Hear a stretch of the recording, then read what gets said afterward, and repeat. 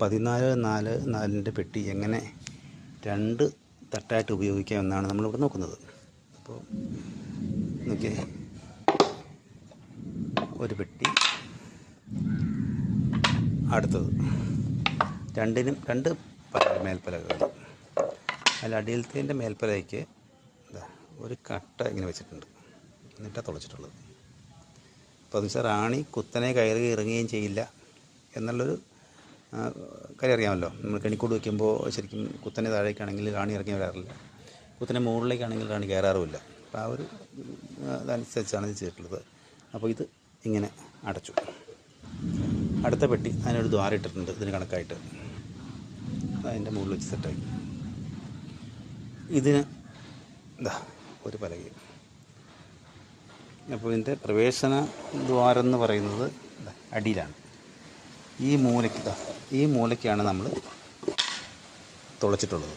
ഒരു 4-5 ബിറ്റാണ് ഇത്, 4-5 ബിറ്റാണ്.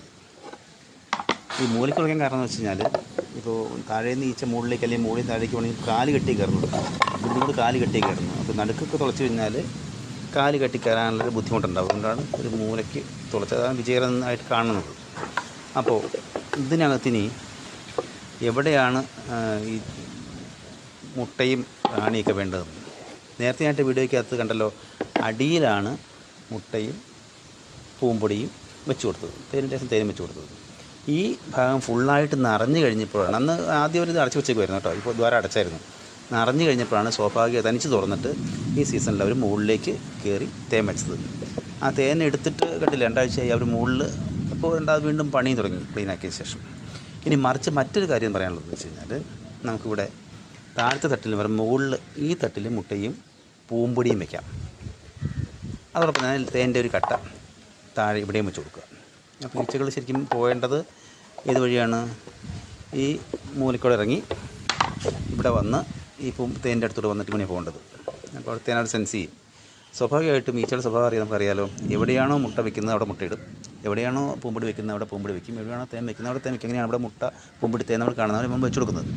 അപ്പോൾ ഇവിടെ ഈച്ചകളെ സംബന്ധിച്ചിട്ട് താഴെയാണ് തേനുള്ളത്. അപ്പോൾ കൊണ്ടുവരുന്ന തേൻ ഇവരെവിടെ വയ്ക്കും? താഴെ തന്നെ ശേഖരിച്ച് പോകും. പൂമ്പൊടിയും മുട്ടയും മുകളിൽ തന്നെ ഉണ്ടാവും.